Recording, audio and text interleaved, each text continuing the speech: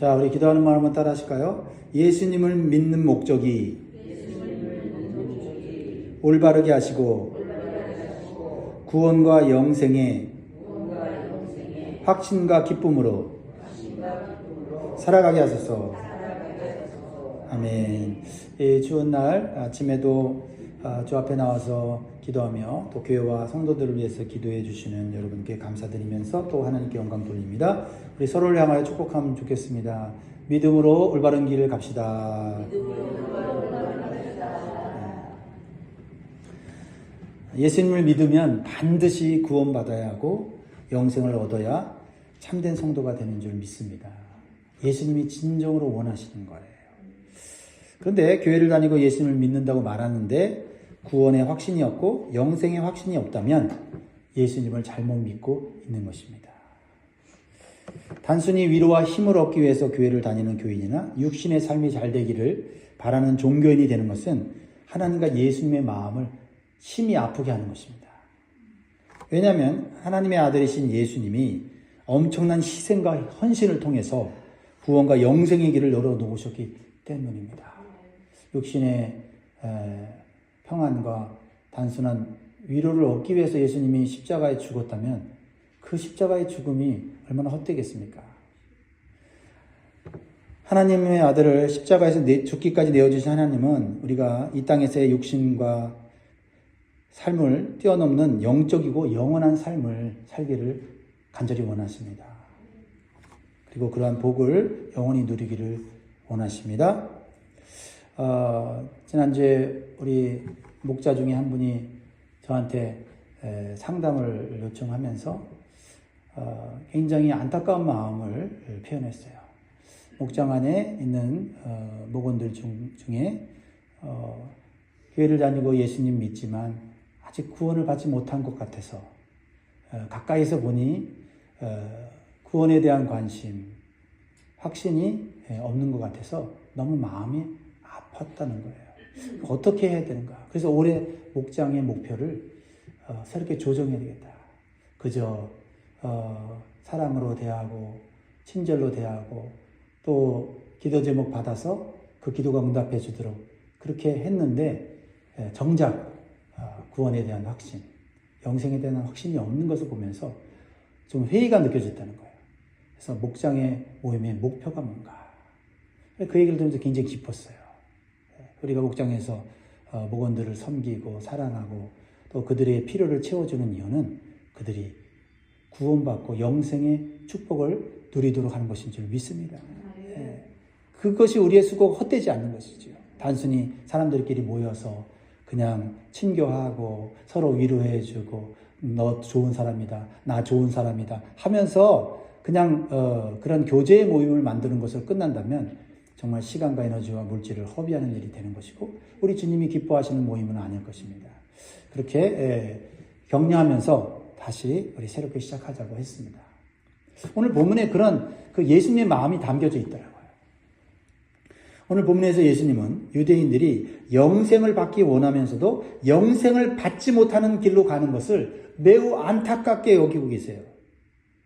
그리고 왜 그들이 영생을 얻지 못하는지를 근본적으로 가르쳐주고 계십니다. 유대인들은 누구보다도 영생을 얻을 수 있는 특별한 은혜와 기회를 얻었습니다. 왜냐하면 어떤 민족보다도 영생을 얻을 수 있는 성경을 먼저 받았기 때문이에요. 그래서 성경을 읽고 암송하는 것에는 매우 열심이었고 탁월한 지혜를 가졌습니다. 그래서 세상의 삶에는 상당히 유복하고 형통한 삶을 살았습니다. 그것이 하나님이 주신 또 축복이기도 하죠. 그러나 정작 하나님이 원하시는, 정작 성경이 가장 중요하게 여기는 영생을 얻지 못했다라는 거예요. 왜 그럴까요? 영생을 주시는 메시아인 예수님을 깨닫지 못하고 믿지 못했기 때문이다라는 거죠. 39절 보세요. 너희가 성경에서 영생을 얻는 줄 생각하고 성경을 연구하거니와 이 성경이 곧 내게 대하여 증거하는 것입니다. 이 성경이 누구에 대해서 증거한다고요? 예수님에 대해서 증거한다고 했잖아요. 예수님도 인정하세요. 성경에서 영생을 얻는 지식을 얻을 수 있다 없다? 있다. 그래서 성경을 읽고 암송하고 연구하면 누구를 발견해야 된다? 영생을 주시는 예수님을 발견해야 된다는 거예요. 왜냐하면 성경 전체가 예수님에 대해서 증거하고 있기 때문인 거죠. 그러니까 성경을 읽으면서 그저 내 마음의 평안이나 위로, 내 삶의 어떤 문제를 해결하는 처세술 정도로 이 성경을 사용하라고 준 건 아니다는 거예요. 성경을 주신 이유는 영생을 발견하고 그 영생을 주시는 분이 예수 그리스도라는 것까지 가야 그것이 성경을 올바로 읽는 길이다라는 거죠. 그런데 왜 성경을 열심히 읽고 연구한 유대인들은 예수님을 눈앞에 두고서도 예수님이 주시는 영생을 얻지 못했을까요? 참 안타깝지 않습니까? 성경에서 멀리 있는 것도 아니고 하나님에서 멀리 있는 것도 아닌데 성경이 말하는, 또 하나님이 그렇게 알기를 원하는 예수님을, 영생을 알지 못했다는 거죠. 그들이 성경을 읽고 연구하는 목적이 잘못되었다는 거죠. 영생도 얻고 싶지만 이 땅에서 인정받고 복을 누리며 높은 자리에 앉아서 권세를 부리는 삶을 목적으로 삼았다는 거예요. 근본적으로 이 내면의 목적이 잘못된 거예요. 영생도 받고 싶어요. 근데 영생 받고 싶은 이유가 뭔지 아세요? 지금 내가 누리고 있는 권세, 기득권을 유지하기 위해서 영생을 하고 싶은 거예요. 그래서 성경의 지식을 많이 알면 알수록 사람들에게 존경받고 권위와 권세를 누릴 수 있는 종교를 만든 것이에요. 그것이 유대교입니다. 그렇죠? 하나님의 말씀을 연구해서 그 말씀을 잘 알고 가르칠 수 있는 정도까지 지식에 이르면 사람들이 랍비라고 하면서 존경을 해주죠. 그리고 또 권세를 누리게 되고 영광을 누리게 되죠. 그 사람들이 누구예요? 바리새인들이고 사두개인들 아닙니까? 그러니까 성경을 연구해서 특혜를 얻고 성경을 읽어서 사람들에게 칭찬과 존경을 받으려는 데 목적이 있었기 때문에 성경이 진정으로 주고자 하는 영생을 얻지 못했다는 거죠. 그래서 예수님은 성경을 연구하면서도 그 성경이 분명하게 가르치는 예수님께 오기보다는 자기 자신의 유익을 위해서 종교 생활을 하는 것을 한탄하셨다예요. 40절에 주님의 한탄의 이 안타까운 마음을 알면서 읽어보겠습니다. 40절 시작. 그러나 너희가 영생을 얻기 위하여 내게 오기를 원하지 아니하는구나. 이 말씀을 오늘날 우리에게 적용하자면 교회를 다니면서 예수님께 더 나아가야 되는데 자기 유익을 위해서만 교회를 다니는 사람들이 있다라는 것입니다. 그래서 교회 다닌 지 오래되었는데 성경 지식은 좀 있고 기도도 하지만은 오히려 성경이 말하는 구원과 영생의 삶과는 시간이 흘러서 점점 멀어지는 그런 아이러니한 그런 교회 생활, 종교 생활을 하고 있다는 거죠. 그래서 교회 생활에 익숙해지고 사람들과 친해서 나 예수 믿고 교회 생활 잘한다고 생각하는데 사실은 점점 더 성경으로부터 멀어지고 점점 더 예수님으로부터 멀어지는 이러한 이율배반적인 삶이 우리에게 있을 수 있다는 거죠. 예수님은 유대인들이 영생을 주시는 예수님께 나오지 못하는 근본적인 이유가 무엇인지를 가르쳐 주세요. 그것은 뭔지 아십니까? 하나님을 진정으로 사랑하지 않기 때문이라는 거예요. 사실은 하나님 사랑보다는 내 자신을 사랑하는 게 더 크니까 하나님 사랑한다고 말하면서 하나님 사랑한다고 말을 해서 사람들에게 인정을 받지만 실질적으로는 자기를 더 사랑하는 거예요. 그러니까 성경에서 말하는 영생, 예수 그리스도를 못 만나는 거예요. 42절에 다만 하나님을 사랑하는 것이 너희 속에 없음을 알아노라. 우리 예수님의 진단이에요. 예수님의 진단. 예수님은 우리의 영혼 상태를 너무나도 잘 알고 계시다. 그러니까 그 예수님 말씀을 우리가 가볍게 들으면 안 되고 충격적으로 들어야 돼요. 내가 예수님께 가지 못하고 영생을 얻지 못하고 구원의 확신을 얻지 못한 것은 근본적으로 내가 하나님 사랑하지 않는 거다. 말로는 하나님을 사랑한다고 하는데 실제는 하나님을 사랑하는 것이 아니라 내 자신을 사랑하고 내 유익을 얻기 위해서 사랑하는 거죠. 예수님은 그들이 하나님을 사랑한다는 고백이 담긴 종교의 의식을 통해서 오히려 사람들에게 칭찬받고 높임을 받는 것을 더 좋아하는 그 내면을 보신 거예요. 저 사람은 정말 열심히 하나님 믿는구나. 말을 듣고 싶은 마음이 하나님을 사랑하는 마음보다 더 컸다라는 거죠. 그러나 예수님은 사람에게 영광을 받고 싶은 마음이 전혀 없으셨어요. 오직 하나님께 영광을 돌리고 싶은 마음만을 갖고 계셨다라는 거죠. 그 예수님의 마음을 갖기를 원하는 거예요.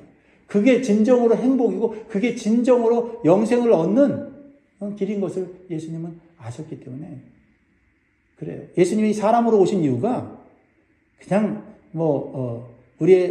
우리에게 레벨을 맞추기 위해서만 온 게 아니라 우리가 인간으로서 어떻게 살아야 되는지를 어떻게 하나님과 관계를 맺어야 되는지 직접 보여주기 위해서 오신 거예요.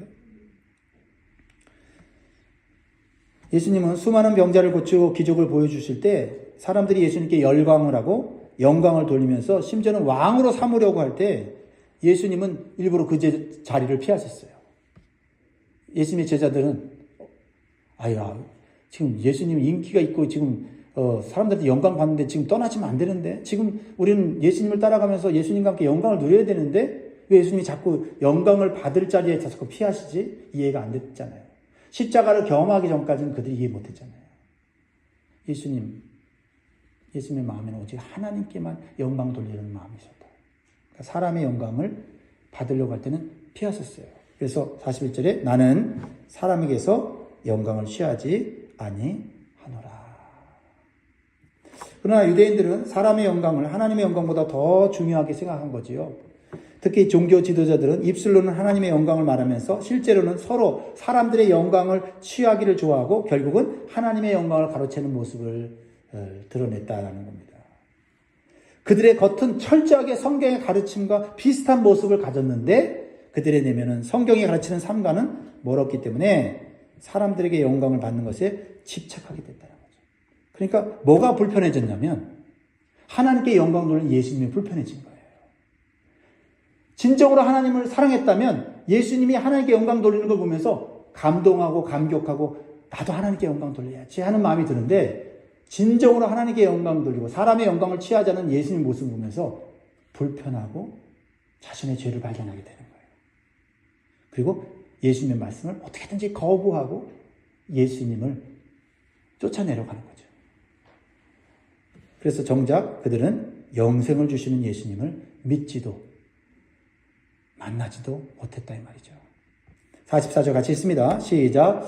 너희가 서로 영광을 취하고 유일하신 하나님께로부터 오는 영광은 구하지 아니하니 어찌 나를 믿을 수 있느냐. 이 말씀은 유대인들에게만 주신 말씀이 아니에요. 오늘날 우리들에게도 주신 말씀이라고 생각합니다. 예수님은 사람들이 사이비 종교나 이단에 빠지는 이유가 자신의 길을 즐겁게 해주고 육신의 삶을 행복하게 해준다는 말에 현혹되기 때문이라는 거예요. 그래서 우리는 예수님의 그러한 구원과 영생보다는 내 귀와 내 마음을 즐겁게 해주고 내 육신의 삶을 보장해준다는 그런 말을 하는 그 사람에게 더 끌린다는 거예요. 43절에 주님이 안타까운 마음으로 말씀하십니다. 나는 내 아버지의 이름으로 왔음에 너희가 영접하지 아니하나 만일 다른 사람이 자기 이름으로 오면 영접하리라. 우리 인간의 본성을 드러내고 계시는 거죠. 사실 나한테 잘해주는 사람한테 끌리지 않습니까? 나를 잘되게 해주겠다는 사람의 말에 끌리지 않습니까? 이게 우리의 본성이 그거 인정해야 돼. 그거를 인정하면서 과연 나는 누구에게로 지금 가고 있는가? 정말 나에게 구원을 주시고 정말 영생을 주시고 내 삶을 영원한 행복으로 이끌어 주시려는 그 주님께로 가고 있느냐? 아니면 정말 나의 어떤 현재의 삶을 잘되게 해주겠다고 하는 사람의 말에 현혹되어 있는가? 우리는 예수님 믿고 영생을 얻어서 하나님께만 영광 돌리는 삶을 사는 것이 참된 복이라는 것을 깨달아야 될 줄 믿습니다. 먼저 그것을 깨달아야 돼요. 그게 잘 안 돼도 내가 자꾸 흔들려도 이 길은 잘못된 길이지 라고 하는 분별은 할 수 있어야 된다. 그래야지 노력할 수 있고 그래야지 힘을 쓸 수 있는 거 아니에요? 그러므로 우리는 우리 자신의 내면을 정직하게 볼 수 있어야 되겠습니다. 내가 진심으로 원하는 것이 무엇인가? 구원을 통한 영생인가? 아니면 종교를 통한 내 유익인가? 내가 진심으로 사랑하는 것이 무엇인가? 하나님을 사랑하는가? 아니면 내 자신을 사랑하는가? 이거는 안 믿는 사람들에게 주신 말씀이 아니라 믿는 사람에게 주신 말씀이에요. 우리 끊임없이 이런 영적인 싸움을 해야 돼요. 우리가 구원과 영생을 얻고 하나님을 진정으로 사랑하고 영광 돌리는 삶을 살기 위해서는 먼저 우리의 마음이 개혁이 일어나야 돼요. 마음의 개혁이 일어나야 돼요. 우리의 마음이 새로워져야 돼요. 우리의 마음이 성령이 오셔서 우리의 마음을 기경시켜 주시도록 기도해야 된다. 할렐루야. 네. 그래서 옛사람의 본성이 죽고 새 사람의 본성으로 바뀌어야 돼요. 이 영적인 소원이 새해부터 있어야 돼요. 그냥 우리의 겉만 바뀌고 환경만 바뀌는 것으로 기도해서는 또 똑같이 하나님 사랑한다고 말을 하면서 결국 나를 사랑하고 영생을 추구한다고 하면서 결국은 이 생의 사랑과 안목의 정욕을 채우는 삶에 빠질 수밖에 없다 이 말이에요. 그렇지 않으면 우리의 마음은 여전히 세상과 마귀가 지배하고 하나님께서 원하시는 삶을 원하지 않게 되고요. 마귀의 거짓말에 속아서 살게 된다는 거죠. 여러분, 마귀는요, 내 영혼의 구원과 영생을 갈망하지 못하게 하고 육신의 즐거움과 쾌락을 쫓아가게 만들어요. 그리고 하나님보다 나를 더욱 사랑하게 하고 내 유익과 영광을 위해서 사는 삶이 가장 좋은 것이라고 착각하게 하고 자꾸 우리의 마음을 유혹합니다. 우리는 이러한 마귀의 거짓말과 속임수로부터 벗어나야 돼. 벗어나야 돼. 2024년도에도 이런 알게 모르게 마귀의 속임수에 거짓말에 속아서 우리가 흔들렸을 거라고요. 잘못된 길로 가서 시간과 에너지와 물질을 낭비했을 거라고요. 그래서 예수님 말씀을 직접 듣고 있으면서도 깨닫지 못하는 유대인들에게 예수님은 안타깝게 책망하시면서 진리의 말씀을 가르쳐줘요. 근데 오히려 유대인들은 예수님을 귀신 들린 자라고 예수님을 호도하는 그런 것을 보게 되죠. 요한복음 8장에 보면 그런 내용이 나오는데, 그러자 예수님이 그들 마음속에 누가 역사하고 있는지 적나라하게 말씀하십니다. 요한복음 8장 44절에 너희는 너희 아비 마귀에게서 났으니 너희 아비의 욕심대로 너희도 행하고자 하느니라. 그는 처음부터 살인한 자요 진리가 그 속에 없으므로 진리에 서지 못하고 거짓을 말할 때마다 제 것으로 말하느니 이는 그가 거짓말장이요 거짓의 아비가 되었습니다. 예수님 우리의 영혼의 상태를 너무나도 잘 아시는 분이세요. 그래서 우리의 영혼이 마귀에게 농락당하지 않도록 해야 할 것입니다. 그러므로 예수님이 말씀하신 것처럼 우리는 마귀가 세상을 통해 주는 거짓 메시지를 분별해야 돼요. 그러기 위해서는 진리인 하나님의 말씀을 우리가 올바로 깨닫고 올바로 순종할 때 우리는 마귀의 거짓말과 속임수에 넘어가지 않게 되는 거예요. 그래서 말씀이 중요해요. 말씀을 읽는 목적이 중요하다고요. 예수님께 나아가기 위해서 읽어야 되고 예수님 주신 영생을 얻기 위해서 말씀을 읽어야 그 말씀이 나를 올바른 길로 인도하는 거죠. 우리가 지금 예수 믿고 구원받고 영생의 길로 가고 있지만 그런 가운데서도 우리는 끊임없이 이 바리새인의 율법주의적 옷을 벗어버리는 일을 해야 돼요. 그리고 끊임없이 우리는 질문해야 돼요. 내가 정말 하나님 사랑하고 있는가? 나를 사랑하고 있는가? 그죠? 정말 하나님의 축복을 원하는가? 아니면 내 유익을 위해서 내가 지금 신앙생활을 하고 있는가? 끊임없이 질문하면서 우리 자신을 돌아봐야 한다라는 것입니다. 예수님은 유대인들이 성경을 그렇게 열심히 읽고 지킨다고 했는데 정작 그 성경이 가르치는 이 메시아는 예수님 믿지 못한다고 하면서 그들이 가진 많은 지식이 헛되다라고 말씀하세요. 그러면서 하나님 말씀 율법을 기록하며 전하여준 모세를 너희들이 존경하고 모세를 누구보다도 높였는데 오히려 모세가 너희들을 고발할 거라고 하는 역설적인 말씀을 하세요. 45절 46절 읽고 마무리하겠습니다. 시작. 내가 너희를 아버지께 고발할까 생각하지 말라. 너희를 고발하는 이가 있으니 곧 너희가 바라는 자 모세니라. 모세를 믿었더라면 또 나를 믿었으리니 이는 그가 내게 대하여 기록하였습니다. 유대인들이 모세를 높이고 율법을 열심히 지켰다고 생각했는데 오히려 모세를 무시하고 믿지 못하는 결과를 낳게 되었다는 거죠. 왜냐하면 모세는 그 율법을 하나님께 받았을 때 그 율법을 통해서 누구를 믿으라고 했냐면 메시아이신 예수 그리스도를 믿으라고 했거든요. 참 아이러니하지 않습니까? 성경을 읽어요. 성경에 대한 지식이 많아져요. 근데 점점점 예수님부터 멀어지고 예수님을 알아보지 못하고 내 욕심과 내 중심적으로 신앙생활을 할 수도 있다 이 말이에요. 신명기 18장 15절에 분명히 모세에게 주신 율법이 이렇게 나와 있습니다. 내 하나님 여호와께서 너희 가운데 내 형제 중에서 너를 위하여 나와 같은 선지자 하나를 일으키시리니 너희는 그의 말을 들을지니라. 모세는 나와 같은 자기와 같은 선지자를 하나님께서 주실 것인데 그 선지자의 말을 들을 거다. 그 선지자가 누구예요? 메시아 예수 그리스도죠.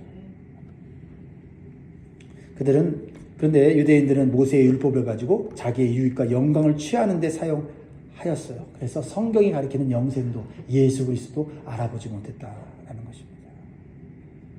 그래서 47절에 예수님은 통탄하십니다. 그러나 그의 글도 믿지 아니하거든 어찌 내 말을 믿겠느냐 하십니다. 여러분 정말 예수 믿으십니까? 아멘. 예수님 말씀 믿으십니까? 아멘이어야 합니다. 성경을 읽어도 구원과 영생의 길을 알지 못한다면 그 성경은 쓸모없는 것이 되는 거예요. 만약 성경을 가지고 벽에 못을 박는 망치로 쓰거나 모기를 잡는 데 만족한다면 얼마나 어리석은 모습입니까? 사랑하는 성도 여러분, 우리가 교회를 다니고 성경을 읽고 예수를 믿는다면 반드시 구원을 얻고 영생을 얻어야 우리의 인생이 허무하지 않게 되는 줄 믿습니다.